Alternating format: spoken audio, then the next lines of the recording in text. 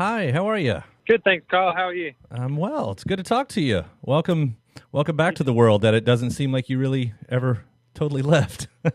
Yeah, thank you. It's good to be back. Yeah, I've been around a little bit, yeah. Well, we'll kind of roll right into this to talk about this new single and the upcoming. I don't know the upcoming album. I don't know if it's announced yet. Is it? No, it hasn't been properly officially announced with a date and everything. But yeah, there's definitely in the works. It should be early next year sometime, but it's a little bit mysterious at the moment.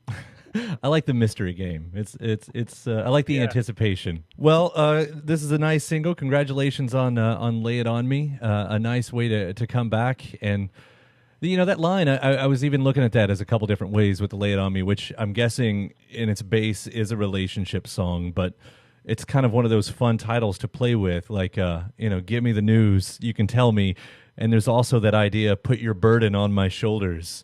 I don't know if this falls in either one of those camps. Well, I think all those are valid interpretations. Like I like it. I like it when there's like a line that has a few different possible meanings, and I often like with a line like it has to kind of make sense, like literally has to make sense, but it helps when it's like something that just feels right to sing and it feels good and it sounds nice. So it's always a bit of a balance between actually having like a good meaning or something that might have a few different interpretations, but also just feels good when you say it. And as I've heard, like this is one of those instances where you've had a riff around for a few years, right? Yeah, this guitar riff, it was around since 2012, and I got really excited initially because I thought, oh, here's a riff, and it made me think that a new song would be just around the corner. But I just couldn't write a song with this riff for ages. Like I tried in various different ways to write a song with this riff, and it didn't work. And then I almost gave up on it. I just thought it was never going to get used. And then I guess I wasn't really trying too hard, and I was at a songwriting session with a guy called Dave Bassett, and I was just like, oh, there's this thing that's been lying around for ages. I don't really see much potential. And then I played it, and he just kind of like he dug it, and then we kind of pursued it, and I stuck it with a few other ideas that I had lying around, and it finally kind of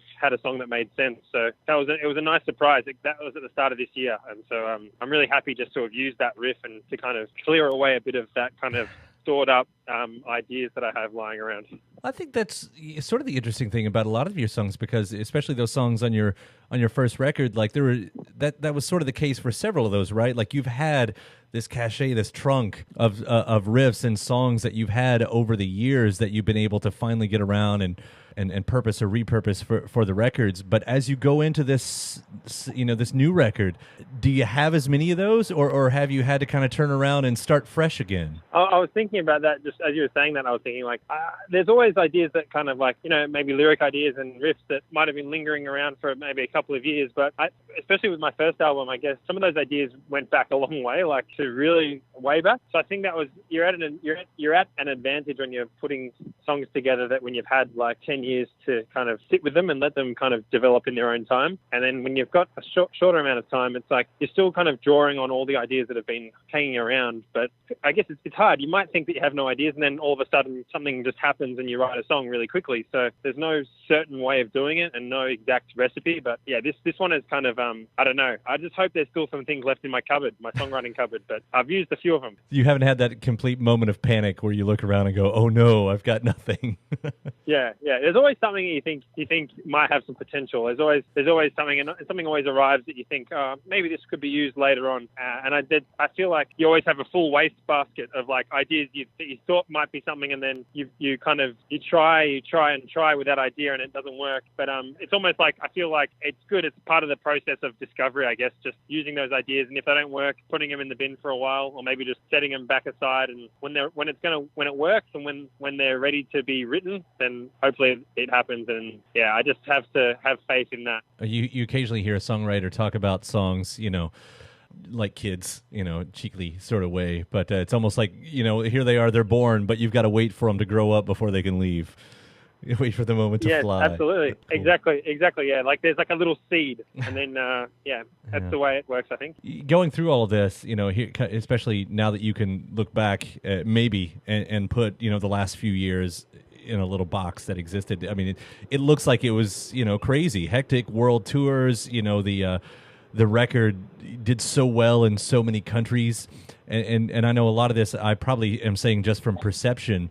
but was it easy for you to hold on to kind of get a grasp of life as it's been like these last couple of years? Yeah, I think initially it was a bit of a serious adjustment because in 2013 I went from like basically very small amount of music experience. I'd played a few open mic nights, and then I just it started building, and then I guess I just had to learn how to take care of myself on the road because I was just playing a lot of gigs, and I think I was trying to still keep my kind of leisurely lifestyle going while I was on tour. So I'd kind of have a couple of beers after a show, or whatever it is, like go out to a bar which everyone's smoking in, and it was like that was something that I had to adjust to, just taking care of myself. And then I think I lost my voice for about 2 months during the recording of Dream Your Life Away, and that was a bit of a reality check for me because I realized that I was probably working too hard, or at least playing too many shows and not taking care of my voice, and my body was just telling me to slow down. And then I guess from that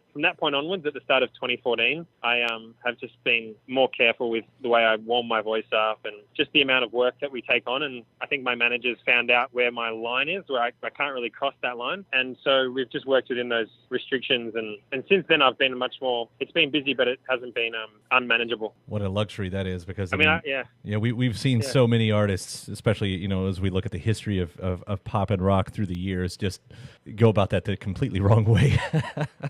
yeah, I'm very lucky. I've got an amazing team of people.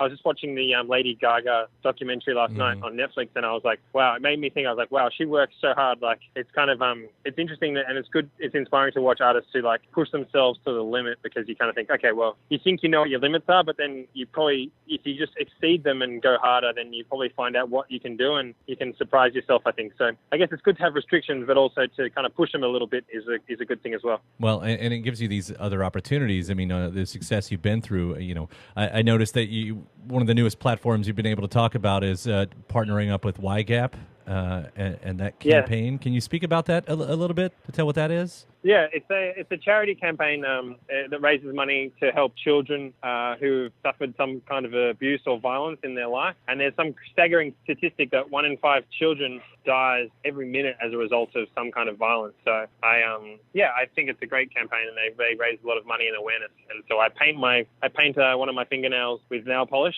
for the month of October, and I have a little page on their website which is my personal fundraising campaign. So it's a good cause. Yeah, and to be part of those, I mean, I know the more successful you get, the more chances you got to use that platform. And I think that's what I was also curious about is, does that work its way into your writing these days? Do you find that influences you at all in what you end up singing about or even talking about more publicly like this? I think it's great. I think it wasn't something that was I would have been ready or willing to do maybe a couple of years ago when I don't know why, but it just makes more sense now to do it. And I think maybe songwriting wise, maybe pointing your arrows out a bit and writing more broadly, maybe not about your own story sometimes, maybe writing about other stories, which some really great songwriters do, like Bruce Springsteen kind of might write a song that can relate to everyone, or at least tells the story that isn't necessarily his own story. But yeah, I like those kind of songs as well. So maybe that's a similar thing of like looking outward and writing from a different perspective. Well, I'm excited to see how it all sounds when everything arrives on the next round. But congrats on this single right here. It's been really fun to hear it and everything, and really pleasure to talk to you today too. Thank you very much. Yeah, pleasure talking to you as well, Kyle. All right, well, take care, and we'll see you around. Fantastic. Yeah, see you soon. All right, bye. Bye.